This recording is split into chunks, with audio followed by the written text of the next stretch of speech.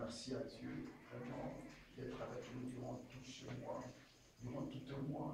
Il nous a bénis, il nous a visités, il nous a révélé sa pensée. Vraiment, que les bons Dieu soient là.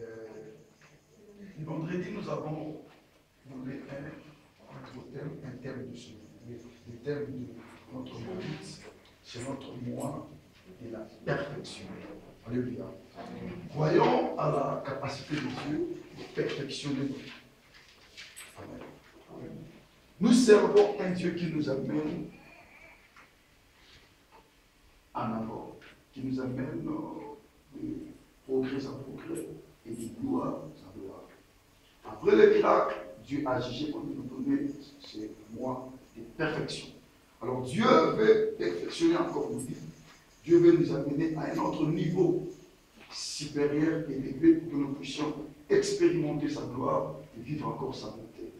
Amen. Amen. Je bénis ce qui est avec nous le vendredi, également ce qui est avec nous durant toute la semaine, en commençant à partir du lundi, dans les 3 jours de jeûne et prière, que les bons Dieu nous bénissent. Et je remercie aussi ceux qui étaient avec nous depuis le début du mois des miracles jusqu'à sa fin. Vraiment, que les bons dieux vous bénissent. Que les bons dieux bénissent votre vie, que bénissent votre famille, que bénissent vos projets. Amen. Amen. Et nous rendons encore grâce à Dieu. Hier, c'était le jour où notre frère Bosch a voyagé. Frère Bosch n'est plus avec nous ici. Il avait voyagé hier. Nous bénissons le Seigneur, nous acclamons.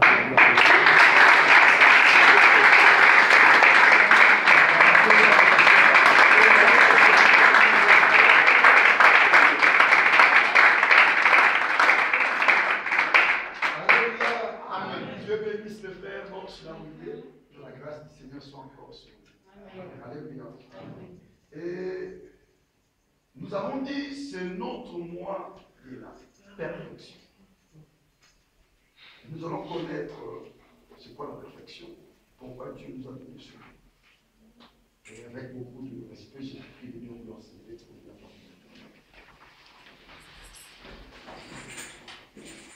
Nous sommes dans le livre de Luc, chapitre 5, le verset 1er. Luc, chapitre 5, le premier verset.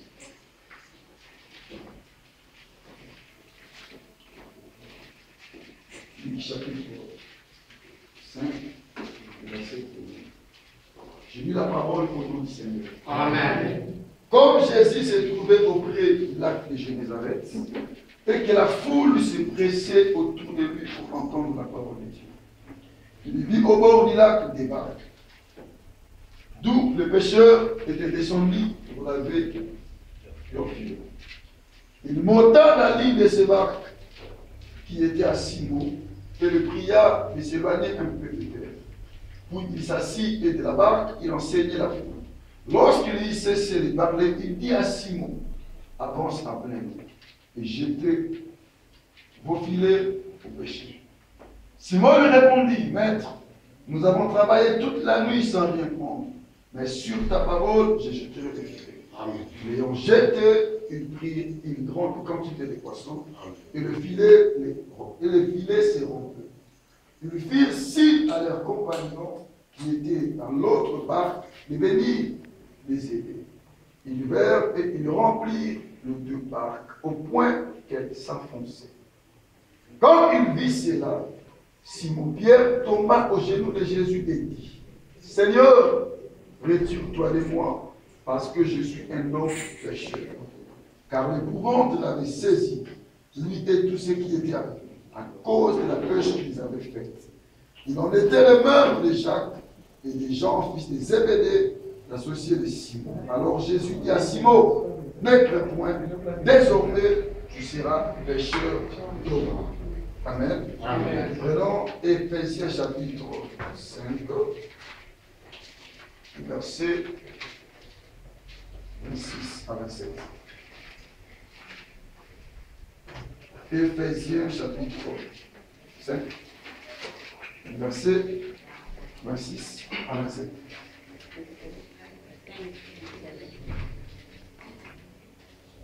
Bon, on commence dans le verset 25. On dit, Marie aimait vos femmes comme Christ a aimé l'Église. Et il s'est livré lui-même pour elle. Le verset 26. Afin de la sanctifier par la parole, après l'avoir purifiée par les baptêmes d'eau. Le verset 27. Afin de faire paraître devant lui cette Église glorieuse, sans tache, ni lit, ni rien de semblable, mais sainte et irrépréhensible. Amen. Amen. Nous acclamons pour la parole du Seigneur.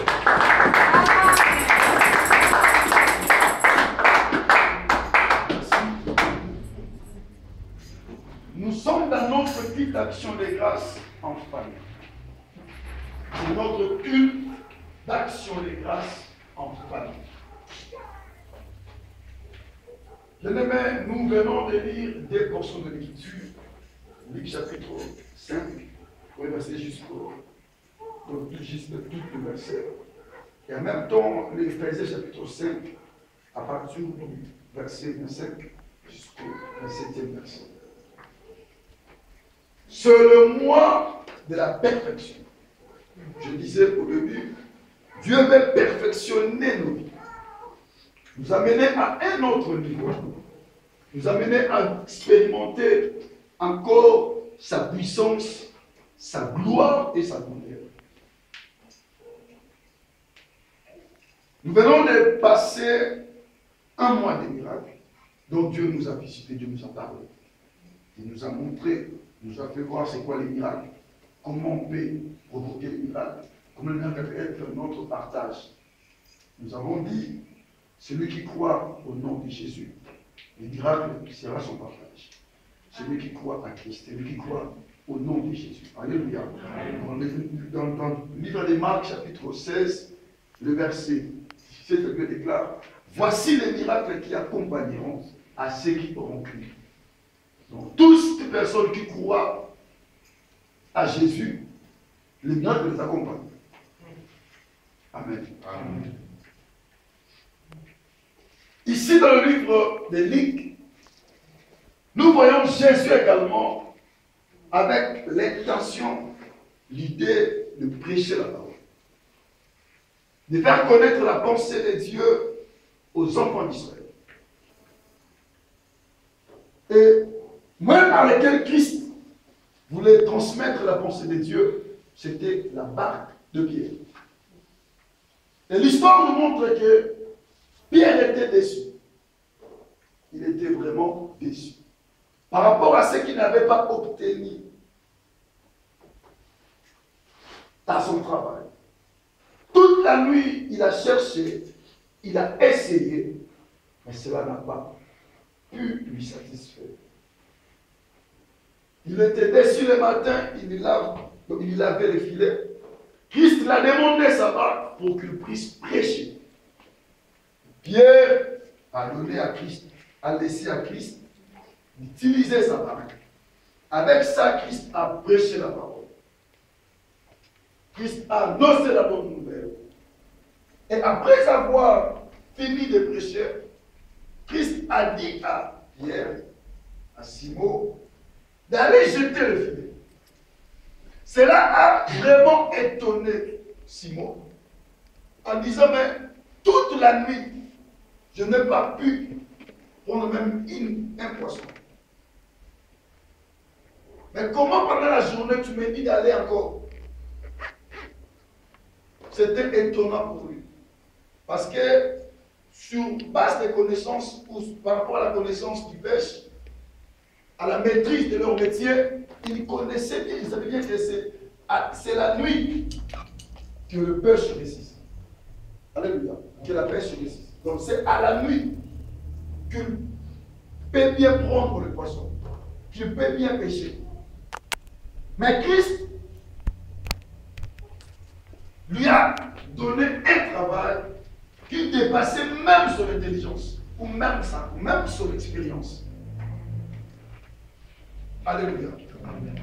Mais ce qui était important dans cet homme, Simon, parce qu'il n'a pas vu son expérience, il ne s'est pas arrêté à ce qu'il avait vu le soir ou la nuit. Mais Simon s'est appuyé à la parole du Seigneur. Amen. Amen. Ok. J'imagine maintenant que lorsque Jésus-Christ prêchait, Simon écoutait la parole de Dieu. Alléluia. En connaissant que ce qui sort de la bouche de cet homme, c'était une parole pure. Une parole qui a la capacité d'échanger avec une personne. Alléluia. De le rendre pire. D'enlever ce qui était impossible, de le faire ce qui est possible. Alléluia. Alors, Simon a dit, j'ai travaillé toute la nuit. Ça reprend. Mais sur ta parole. Donc, il avait une confiance que la parole qui sort de la bouche de cet homme, ce n'est pas n'importe quelle parole. Alléluia. Amen. Alléluia. Amen. Il avait écouté Jésus prêcher, annoncer la parole de Dieu, et il avait cette confiance en disant que la parole de cet homme ne ment jamais, ne rate jamais. Sur son expérience, il était déçu. Par rapport à ce qu'il connaissait, par rapport à ce qu'il avait vu, il n'était pas confiant de ça. Mais il a dit, sur ta parole, je jeterai le filet. Alléluia. Amen. Il nous montre que Simon lui a jeté le filet et Simon a eu beaucoup de poissons. Alléluia. Amen. Après avoir vécu telle chose, il s'est repenti lui-même en disant à Dieu, retire-toi de moi, car je suis un pécheur. Alléluia. Amen. Alléluia. Amen. Oh, je suis alléluia. Mais c'est le mois de la perfection. Ah, c'est le mois de la perfection. Amen. C'est lui qui reconnaît bien son état. C'est lui qui reconnaît son état. C'est lui qui reconnaît bien son état. Sa vie, sa manière de vivre, sa façon de se comporter sera la personne qui se donnera à Dieu pour que Dieu puisse perfectionner. Amen. C'est lui qui sait que la vie où il mène, les choses qui se passent en lui, lui fait manquer quelque chose. Alors pour puisse recevoir ça, il faut qu'il puisse se donner à celui qui peut rendre sa vie parfaite. Simon a vite compris que sa vie n'était pas digne devant cet homme. Simon a vite compris que, à cause de ses erreurs, à cause de ses fautes, lui a péché d'autres choses. Le miracle qu'il a vu, il n'a jamais vécu ça dans sa vie. Jamais. Depuis qu'il a commencé la pêche, il n'a jamais vu de telles choses. Pas la nuit, mais la journée. Au moment où on ne voit pas les poissons. Alors pour vivre telle chose, si moi compris qu'avec ma mauvaise idée, avec mes erreurs, c'est là le même qui viendra maintenant.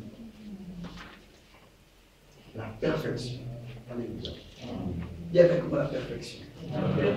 Encore la perfection. Bien-aimé, Dieu veut perfectionner nous. Des personnes qui seront disposées, qui seront prêts à se laisser.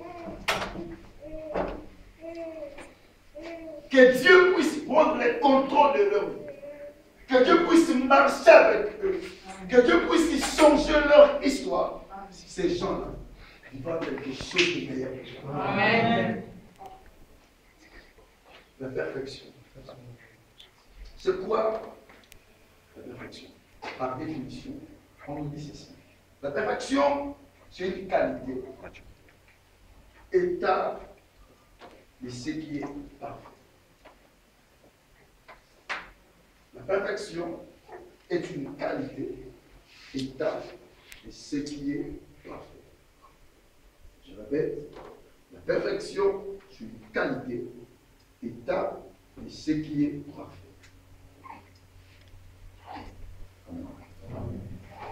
Ici, dans cette définition, nous voyons deux mots. Il y a la qualité et le parfait. D'abord, c'est quoi parfait? Pour qu'on puisse venir à la qualité. C'est quoi ce qui est parfait? Le parfait, c'est juste une chose qui est sans défaut, qui est excellent. Ce qu'on appelle parfait. Une chose ou un homme qui est sans défaut, qui est excellent. Donc, qu'on voit en lui aucune erreur, aucune faute. Et on voit tout dans sa vie symbolique d'une manière extraordinaire. On se pose des questions même. Il est comment cet homme? Comment il fait ceci? Comment il fait cela? À l'exemple de notre Seigneur Jésus-Christ. Sa vie étonnait les gens. Sa vie épatait les gens. Alléluia. Mais comment un homme peut faire de telles choses? On n'a jamais entendu un homme parler comme ça. Donc la vie du Christ, la vie de Jésus, étonnait les gens. Les gens étaient étonnés à l'entendre. En le voyant. Sa façon d'être, sa façon de se comporter, sa manière d'être. Cela même étonnait les pharisiens. Les sadducéens, les scribes étaient étonnés. Tout Israël était étonné d'entendre Christ enseigner. Christ parler. On n'a jamais entendu parler d'un homme comme lui. Les miracles qu'il faisait, cela surpassait l'intelligence des gens. Alléluia. Amen.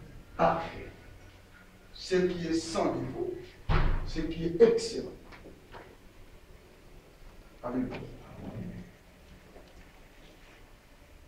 Qualité. C'est quoi une qualité?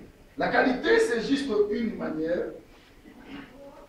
La qualité, c'est une manière d'être bonne ou mauvaise de quelque chose ou de quelqu'un. Manière d'être. Alléluia. Qualité, c'est juste bonne ou mauvaise manière de quelqu'un ou de quelque chose. C'est ça. Amen. Bonne ou mauvaise manière d'être de quelque chose ou de quelqu'un.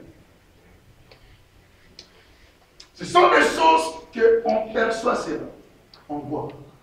Si tu te comportes bien, on voit que cet homme a des bonnes qualités. Si tu te comportes bien devant le Seigneur, Dieu saura que mon fils a des bonnes qualités. Si tu te comportes mauvais, Dieu dira que mon fils n'a pas de bonnes qualités. Donc ces qualités sont mauvaises. Alléluia. Manière d'être, bonne ou mauvaise, de quelque chose ou de quelqu'un. C'est ça la qualité. C'est ça la qualité. Alors dans ce mois de la perfection, Dieu veut perfectionner notre manière d'être, notre qualité. On ne peut pas avoir de mauvaises qualités aussi longtemps que nous sommes les enfants de Dieu. Dieu veut nous perfectionner. Dieu veut que nous puissions avoir une autre qualité. Dieu veut que nous puissions avoir une autre manière d'être. Pas mauvaise, mais la bonne. Et Dieu veut maximiser cela. Alléluia. La perfection. Nous avons dit que c'est une qualité état de ce qui est parfait. Quelle qualité avons-nous? Ça, les enfants de Dieu. Nous qui écoutons Dieu, nous qui venons à sa présence, quelles sont nos qualités? Est-ce que nous sommes dans les rangs de ceux qui sont bons ou de ceux qui sont mauvais?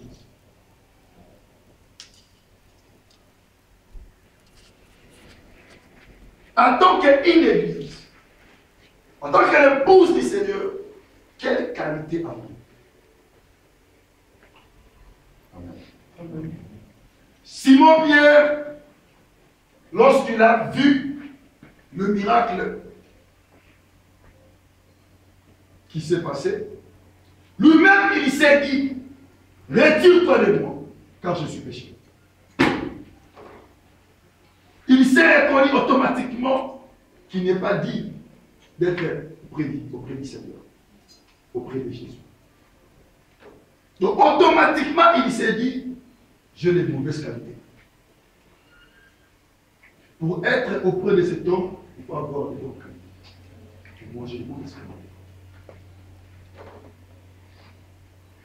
Le mois de perfection est venu pour que Dieu puisse perfectionner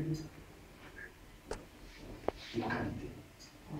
Perfectionner nos vies chrétiennes. Que ce qui est mauvais, que cela disparaisse.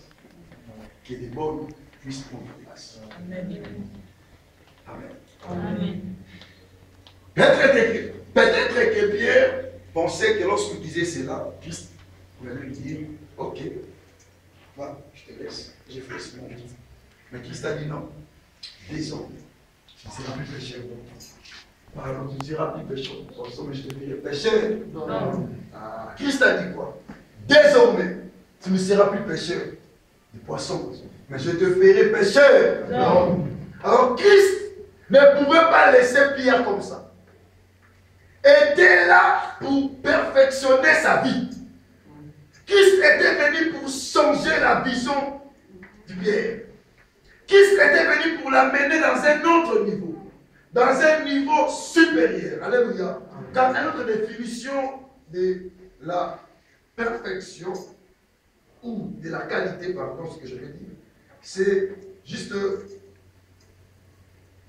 la supériorité de quelque chose. C'est ça. C'est notre définition de la qualité. C'est une supériorité de quelque chose. Donc Dieu voulait que Pierre puisse avoir une autre qualité. Alléluia. La qualité qui sera plus meilleure que celle qu'il avait.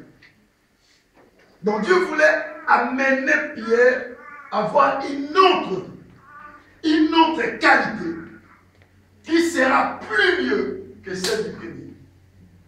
Amen. Bien-aimé, ce mois est venu pour que nous puissions avoir une autre qualité. Ah, la qualité qui est bonne que la première. Amen. Ah, qui est plus meilleure que la première. C'est la qualité des vrais enfants de Dieu. Amen. Des gens qui marchent avec Dieu. Amen. Des gens qui croient au Seigneur. Amen. Ah, des gens qui se donnent à l'Éternel. Amen. Alléluia. Amen. Mais c'est le qui d'action de grâce en famille. Ici, nous prions en famille. Écoutez. L'apôtre Paul, il nous parle à Éphésiens. Alléluia. Dans le chapitre 5. Ici, il donne un devoir à domicile. Un devoir à domicile. C'est juste un devoir de la famille. Amen. Un devoir à domicile. Un devoir de la famille. Un exercice qui devait se faire quotidien. Tous les jours, au niveau de la femme. Et ici, il touche la femme et le mari. Il dit, femme, soyez soumise. Oh, soyez soumise. Ah, oh, ah, à son mari. Et à son mari. Femme, soyez soumise. Ah, est-ce qu'il y a des femmes ici? Oui. Est-ce qu'il y a des femmes ici? Oui. Même si ce n'est pas encore honnête, tu es une femme. Tu vas te marier un jour. Tu auras des enfants. Donc, c'est alléluia, pasteur. Alléluia. Il donne un devoir, un exercice à domicile qui se fera régulièrement, continuellement, au niveau de la famille. Il dit, femme, soyez soumise à ton mari. Et mari, aimez. Oh, Marie. Marie. Bon, écoutez, ce n'est pas vraiment la communication du mariage, hein? Juste un parenthèse. Un mari qui n'aime pas sa femme, il est méchant. Il est contre la parole de Dieu.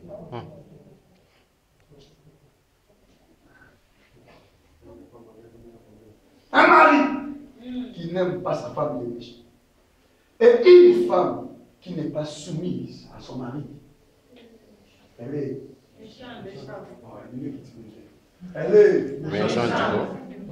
Elle est méchante. C'est pourquoi vous voyez, il y a beaucoup de toucher. Allez. Parce que ces choses ne sont pas là. Là où il y a l'amour, il n'y a pas la trahison. Il n'y a pas la méchanceté. Alléluia. Là où il y a la soumission, il n'y a pas les débordements. Des fois, les hommes débordent parce qu'il n'y a pas la soumission. Aïe, Bokatele Linga. Aïe, c'est servi de mot. Alors, qu'il y a un micro. À ce moment-là, on va vendredi. C'est le bi, papa. Baswaï. Merci. Ah, Baswaï, Oza. Ozali, papa. Baswaï. Biso. Maman. Baswaï. Regardez. Boza. Alléluia.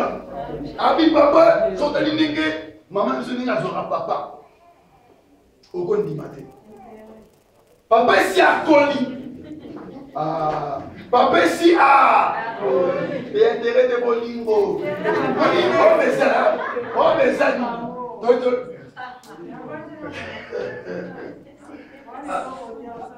Alléluia. Alléluia. Nani Mokondi, Nani Mobikisi, Nani Mosali Malamu, acclamons l'Éternel.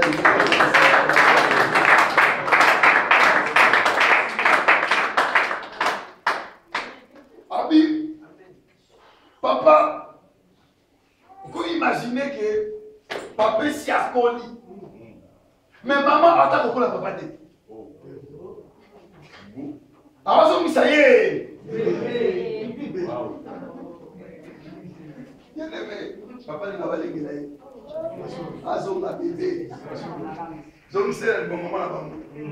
Soyez affection là. Alléluia. Amen. Donc, tout ce fait cela touche le cœur de son mari. Et vous allez voir que beaucoup des hommes, beaucoup des hommes, quoi, qui s'en ont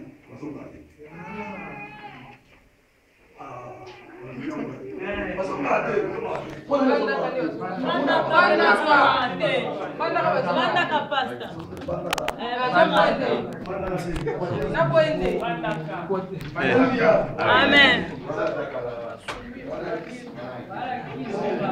On parle d'un côté, expérience, expérience. Vous savez une chose, nous les chrétiens, des fois, nous négligeons des choses. Je dis que je suis chrétien, après le monde a assez.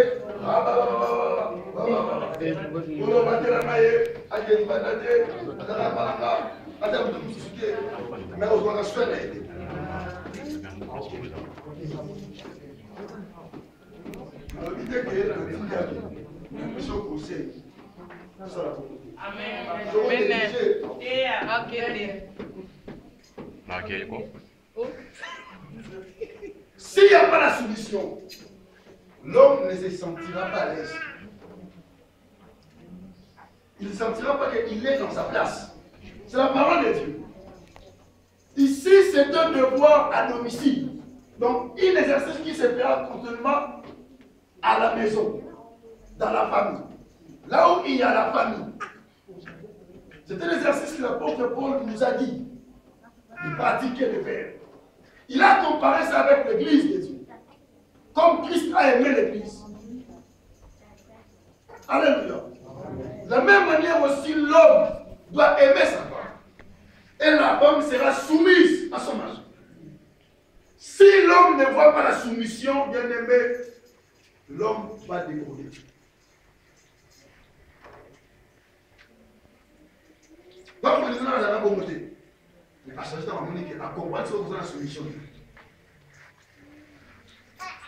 Et de fois aussi les hommes, la femme, elle était soumise envers toi.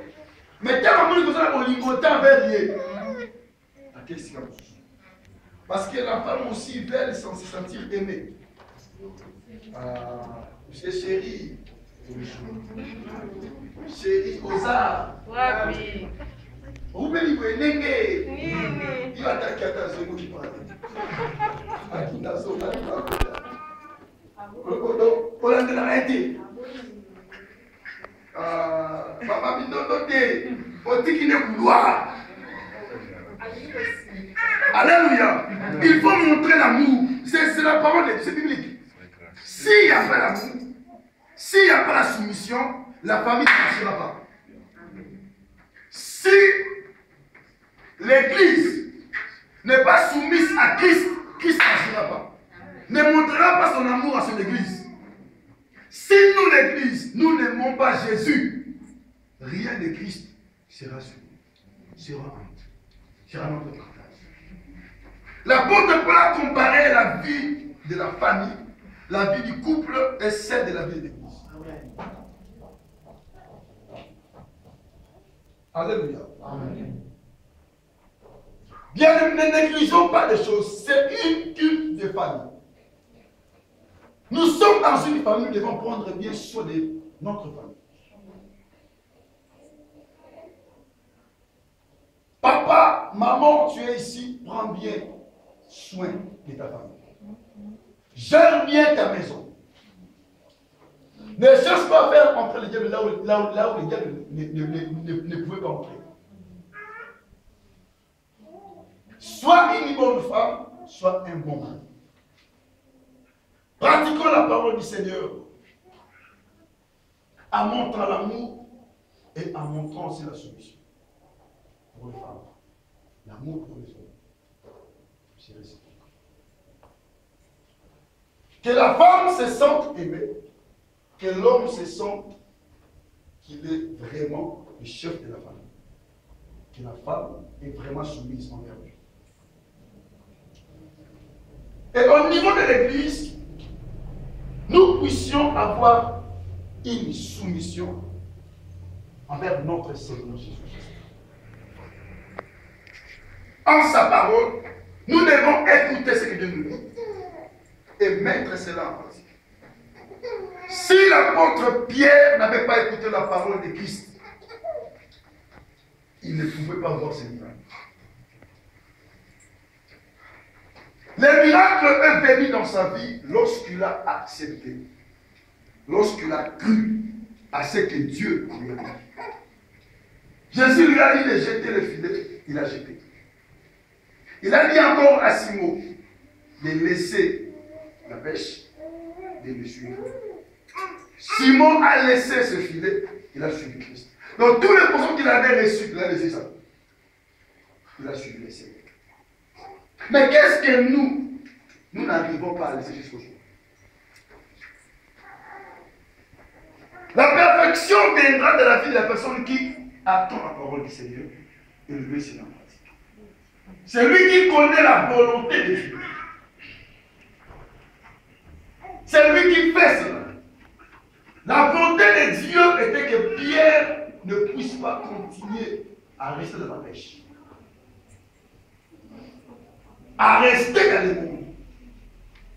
Mais c'était de comprendre ou de saisir l'opportunité à travailler pour l'Éternel, à donner sa vie pour Dieu. Alléluia. Était de connaître la volonté de Dieu, de pratiquer cela, de marcher selon la parole du Seigneur. Dieu avait une mission sur Pierre, mais pour que cela puisse arriver, s'accomplir, Pierre devait quitter, abandonner une qualité qu'il avait, la mauvaise qualité, la vie du péché. Il était pécheur. voulait que Pierre puisse abandonner cela.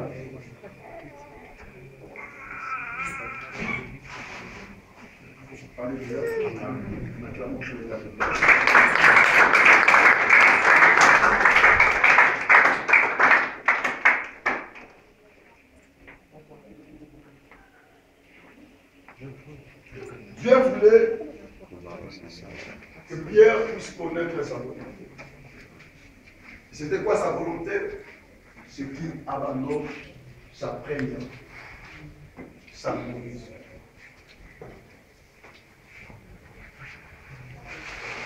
Bien-aimé, Dieu nous appelle à une vie de la perfection. Dieu veut nous perfectionner, nous rendre plus meilleurs par rapport à notre première vie qu'on a eue, à notre attitude comme auparavant. Il veut améliorer notre façon d'être, notre manière de se comporter. Mais celui qui sera bénéficiaire de cette grâce ou de ce perfectionnement, c'est la personne qui va écouter la parole de Dieu et qui va mettre cela en pratique. Celui qui sera d'accord à la volonté de Dieu, c'est la personne qui va vivre la perfectionnement dans sa vie. Dieu veut nous perfectionner, nous amener à un niveau supérieur, à un niveau élevé. Dieu veut enlever en nous les erreurs qu'on avait fait avant. Tu faisais ta vie, deux fois tu t'es posé la question, mais comment je peux faire telles erreurs? Comment je peux faire ceci? C'est parce que ta vie n'était pas bonne devant Dieu. Tu avais des qualités qui n'étaient pas bonnes devant Dieu. Tu faisais autant d'erreurs, autant d'erreurs, autant d'erreurs, autant d'erreurs. Et cela faisait obstacle à la bénédiction de Dieu dans ta vie. Cela faisait obstacle à une vie de surnaturel.